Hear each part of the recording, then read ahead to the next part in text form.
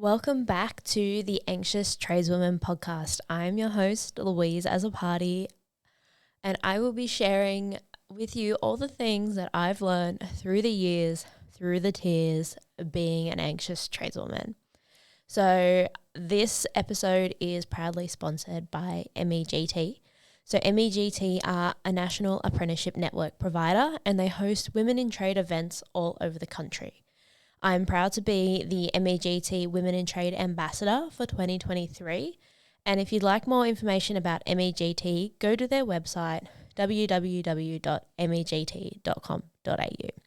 So what I forgot to mention in the first episode is, yes, there will be some sponsors. I need to feed myself. But also, I would like to share tools and resources with you guys that will help and add value to your life. So there will be a few sponsors in and out, a few regular ones, and I'd really love for you to go and suss them out if it's something that you're interested in. So this episode is episode number 2, and it's part 1 of a 3-part series about managing anxiety as a tradeswoman or as a tradesperson, as a tradesman, as an anxious human. So the first essential key to managing anxiety is self-talk. So what I mean by self-talk is how we talk to ourselves, how we treat ourselves. Are we nice to ourselves? And how much pressure do we put on ourselves? Are we quick to put ourselves down when we make a mistake? The reason why our self-talk is so important is because we are often our biggest critic. We may let other people do things like make mistakes, and we be nice to them. We talk to them. We tell them that everything's going to be okay and that it's human to make mistakes. But do you give that grace to yourself? Or when you make a mistake, do you bring up every other mistake that you've ever made until the feeling gets so overwhelming that you literally can't think of anything else, which then coincidentally leads you to not thinking about what you're doing, which then leads you to making another mistake, which only then enhances that lovely feeling. We often hear the saying, would you talk to your best friend the way that you talk to yourself? And I don't know about you, but if I talk to people the way that I talk to myself, then I wouldn't have too many friends. So one of the benefits of understanding your self-talk is now breaking the patterns that bring you down and take your mental energy. So let me give you an example of an event that took a lot of mental energy at the time. So one of my most memorable mistakes happened very quickly. I was doing overtime. I was just going to quickly put the sump up on a bus. From start to finish, it should have been an easy 2 hours overtime. That's including doing my paperwork and walking to clock out. So it sounds really, really simple. That's because it is. The sump had a rail that went around the outside, and I thought that both sides were the same, that it could go on anyway. But I was wrong. I put it up, I tightened a bolt, and I heard a crack. I pulled the sump down, and the rail that went around the sump had cracked right through. I looked at the sump rail, and it had front written on it in big letters. I literally facepalmed myself.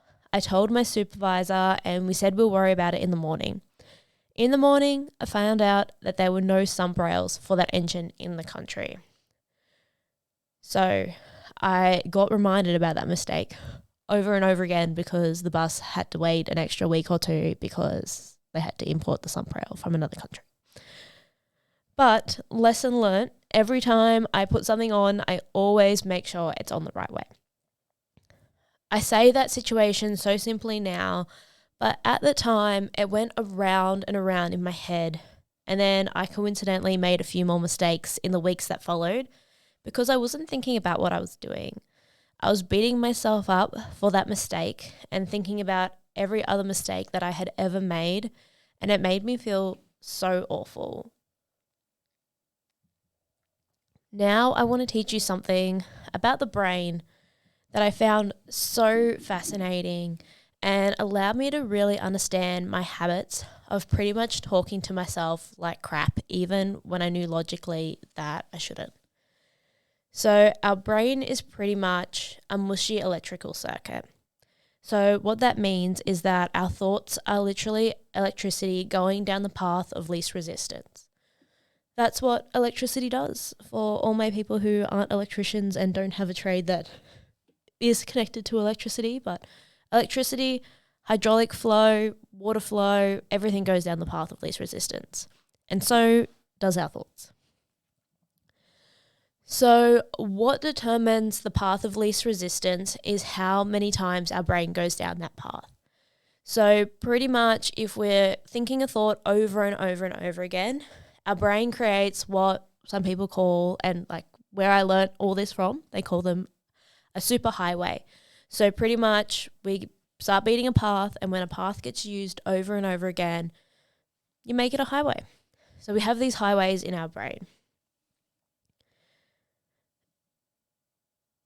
When we go to think a more positive thought or have some more positive self-talk, it's literally like someone standing on the side of a highway with a machete trying to forge a new path. So you can't really, it takes a lot of effort and it's often missed. So that's what happens. But how do we actually create a new superhighway, a new path for our brain to go down, our thoughts to go down? So I'm going to share with you guys a few tools that you can implement to start creating better self-talk so you guys can have more mental energy. The first tool is what I call circuit breakers. So a circuit breaker is something you can do when your system starts to get overwhelmed. Pretty much just coining the language used in a typical electrical circuit, but anyway, I like to call them circuit breakers. So when you find yourself going down that spiral of that negative self-talk, you recognize it, and now what you do is you stop it. So this can look like drinking cold water and focusing on how it feels. It could look like taking 5 and going to the bathroom. And it could also look like writing down your negative thoughts on a piece of paper and ripping it up and throwing them in the bin.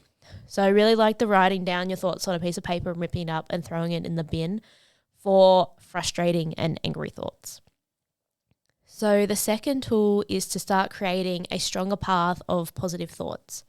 So this can look like a gratitude journal that you do every day, or it can look like thinking about 3 things you've done really well after you implement your circuit breaker. So this can take a bit of energy, but it's nothing compared to the energy that negative self takes from you. So really going back and celebrating everything that you have done to really enforce it, because we usually think about those mistakes over and over and over and over again.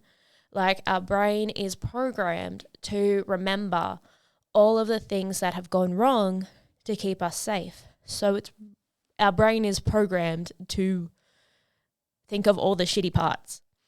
But, you know, in this day and age, we're in the 21st century, we're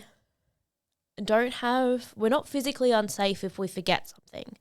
If we forget what berry, we don't need to use our brain power to remember what berries are poisonous and not poisonous. And that's pretty much what our brain is trying to do with us making mistakes and,